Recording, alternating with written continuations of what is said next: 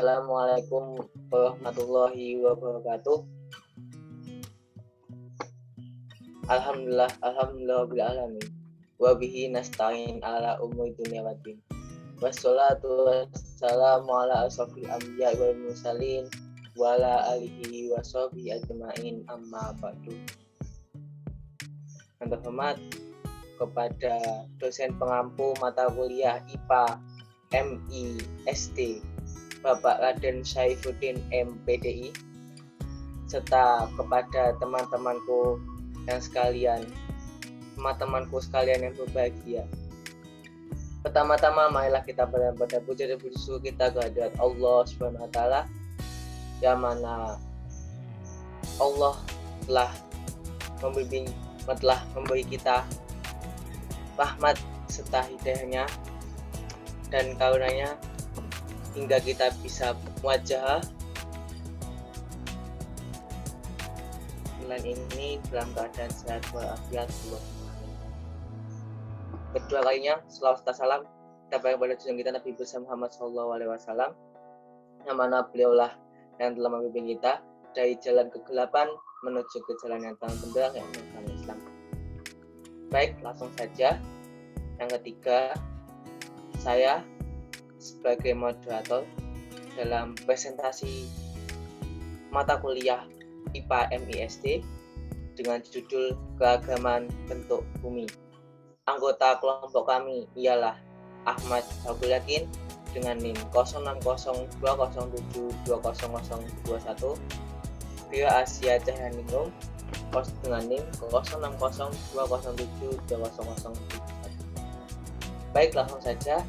Untuk pemateri pertama, saya persilahkan.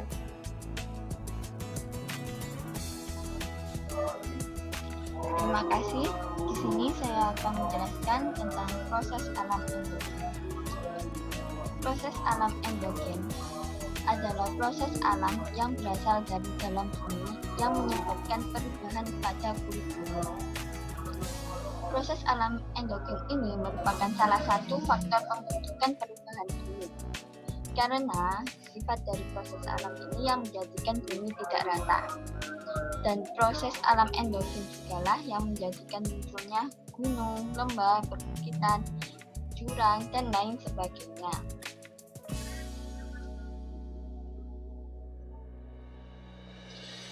Secara umum, proses alam endogen ini dibagi dalam 3 jenis, yaitu pertama, tektonisme.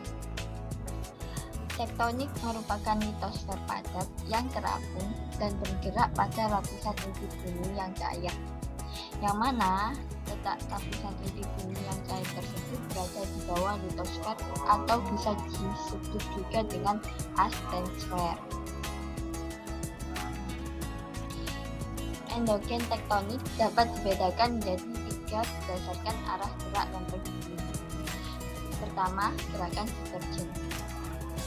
Gerakan divergen yaitu gerakan lempeng yang saling menjauh secara perlahan. Kedua, gerakan konvergen. Merupakan gerakan lempeng yang saling mendekat sehingga menyebabkan tabrakan antar lempeng yang lainnya. Dan terakhir, gerakan transform, yaitu gerakan antar lempeng yang saling berpapasan serta bergesekan lawan arah. Jenis yang kedua yaitu vulkanisme. Vulkanisme merupakan proses alam yang berhubungan dengan aktivitas gunung api. Vulkanisme dalam aktivitas magma yang berada pada lapisan litosfer yang bergerak lapisan permukaan bumi. Aktivitas vulkanisme pada gunung api terdapat 3 macam berdasarkan dengan sifat erupsi dan bahan yang dikeluarkan. Pertama, gunung api perisai. Magma yang dikeluarkan gunung api ini sangat cair dan mengalir ke segala arah, sehingga menyebabkan gunung api ini memiliki lereng yang landai dan dasar yang luas. Kedua, gunung api maar. Dikarenakan sumber magma dari gunung api ini yang sangat dangkal dan sempit, maka dari itu gunung api maar mengeluarkan magma yang relatif sedikit. Terakhir, gunung api strato. mempunyai lereng yang berlapis-lapis dan terdiri dari bermacam-macam bebatuan yang diakibatkan karena erupsi campuran antara eksplosif dengan efusif secara bergantian dan terus-menerus. Dan jenis terakhir ada seisme. Seisme bisa disebut juga dengan gempa bumi. Seisme merupakan suatu getaran pada permukaan bumi yang berasal dari lapisan kulit bumi. Berdasarkan dari penyebabnya, gempa bumi terbagi menjadi 3 jenis. Pertama, gempa tektonik. Gempa bumi ini terjadi disebabkan oleh pergeseran lempeng tektonik. Gempa vulkanik merupakan gempa bumi terjadi disebabkan oleh letusan gunung api. Dan terakhir, gempa runtuhan, yaitu gempa ini disebabkan karena terjadinya runtuhan-runtuhan, seperti runtuhannya bagian atap gua, terutama di daerah atap kapur, dan juga tanah longsor. Selanjutnya, saya kembalikan kepada moderator.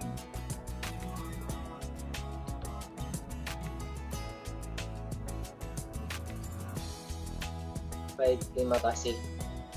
Untuk selanjutnya, materi saya bawa langsung mengenai bentuk muka bumi. Bentuk muka bumi atau yang disebut dengan relief permukaan bumi. Secara umum, bentuk muka bumi kalau dilihat terbagi menjadi 2. Yang pertama ada permukaan bumi daratan dan permukaan bumi lautan. Muka bumi daratan dibagi berdasarkan macam-macam bentuk. Dapat disimpulkan dari bentuk muka bumi daratan ini banyak sekali macamnya. Bentuk bumi daratan ini dipengaruhi dan disebabkan oleh proses eksogen maupun endogen. Untuk selanjutnya akan dipaparkan sebagai berikut.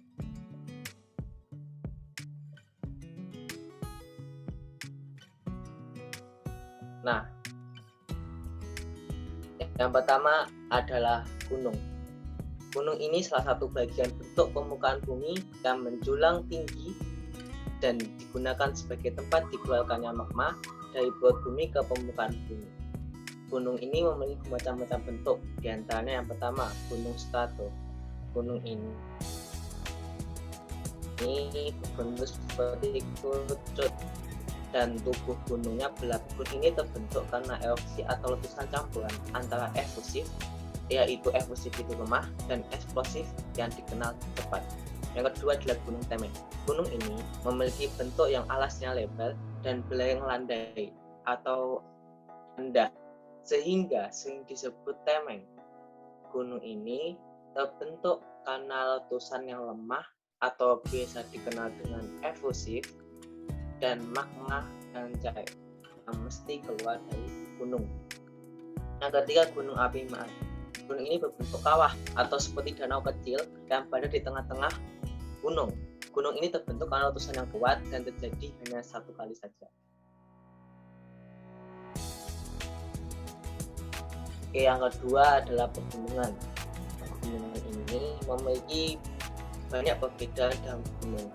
Ya, dilihat hampir sama seperti gunung, namun dilihat dari bentuknya, memang gunung dan pegunungan sama-sama menjulang tinggi. Namun kalau pegunungan itu deretan gunung-gunung. Nah, kalau gunung hanya satu menjulang dan sebagai tempat keluarnya magma. Pegunungan yang deretan yang gunung berbeda-beda. Pegunungan itu terbentuk karena pertemuan 2 lempeng. Contohnya lempeng Samudra Hindia dengan lempeng Mediterania menjadi pegunungan Mediterania. Contohnya macam-macam pegunungan itu juga terbagi menjadi 3. Yang pertama adalah pegunungan lipatan. Pegunungan ini terbentuk dari lipatan atau strata yang biasa dikenal dengan sedimen yang besar yang muncul karena tekanan dari dalam bumi. Yang kedua adalah pegunungan oleh pengangkatan kerak bumi.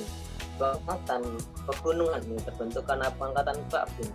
Pengangkatan ini terkhususnya pada sepanjang garis sesar atau retakan. Yang ketiga adalah pegunungan sisa. Pegunungan ini dinamakan pegunungan sisa. Kenapa? Karena terjadi ketika pegunungan yang tinggi terkikis oleh denudasi dalam rentang waktu yang cukup lama.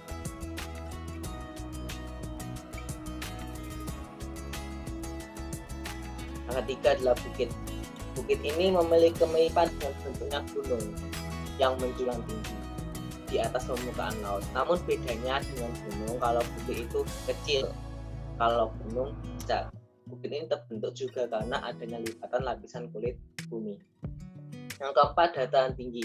Dataran ini dinamakan dataran tinggi kenapa? Karena datarannya yang luas juga terletak di daerah tinggi di atas permukaan laut. Daerah tinggi ini dia biasanya ada di pegunungan. Dataran tinggi ini terbentuk karena adanya hasil erosi dan sedimentasi. Nah, proses ini berasal dari proses alam eksogen karena dari luar permukaan bumi. Dataran tinggi ini juga bisa terbentuk dari bekas kaldera luas yang tertanam material dari lereng gunung.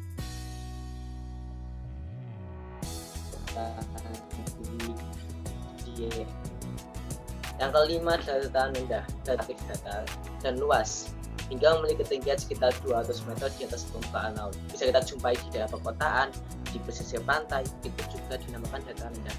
Dataran ini juga terbentuk karena adanya proses sedimentasi, yaitu dari proses alam eksogen. Yang keenam adalah lembah. Lembah merupakan daerah rendah yang berada di antara dua pegunungan dan dua gunung. Di antara dua pegunungan bisa, di antara dua gunung juga bisa. Lembah ini kemudian berukuran lebih rendah daripada daerah di sekitarnya. Next.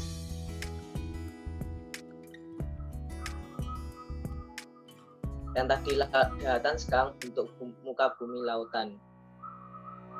Bentuk muka bumi lautan hampir sama seperti daratan. Permukaannya pun tidak jauh beda dengan bentuk muka bumi daratan. Yang pertama, contohnya paparan benua. Paparan benua atau biasa dikenal dengan shelf.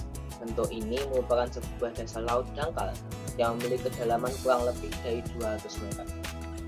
Paparan ini sering dinamakan dengan dangkalan karena merupakan laut yang dangkal. Yang kedua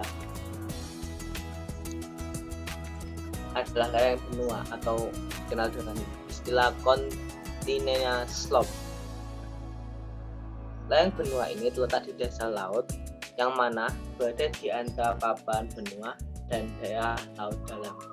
Paparan benua tadi yang biasa dikenal kalau masyarakat itu gunung pasir, kalau daerah laut dalam itu lebih dalam lagi dari paparan benua. Jadi di antaranya lereng tersebut memiliki kedalaman sekitar lebih dari 200 meter, cukup dalam. Yang ketiga adalah basin, dikenal dengan istilah lubuk laut atau ledok laut. Basin ini berbentuk cekung, diibaratkan seperti huruf U, seperti jembangan. Selain itu, basin ini juga mempunyai tebing yang lumayan curam dan dasarnya juga relatif.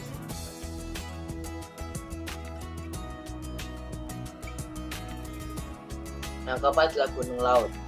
Gunung laut itu letak di dasar laut dan bisa dilihat dari permukaannya saja di atas permukaan air laut. Yang kelima adalah palung laut, dikenal dengan istilah grog.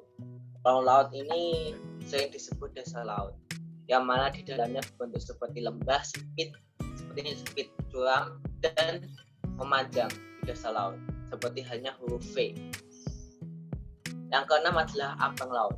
Ambang laut ini pegunungan, bukan seperti gunung laut. Pegunungan di dasar laut, namun puncaknya tidak sampai ke permukaan air laut. Beda dengan punggung laut. Kalau punggung laut itu pegunungan yang puncaknya bisa dilihat di atas permukaan air laut.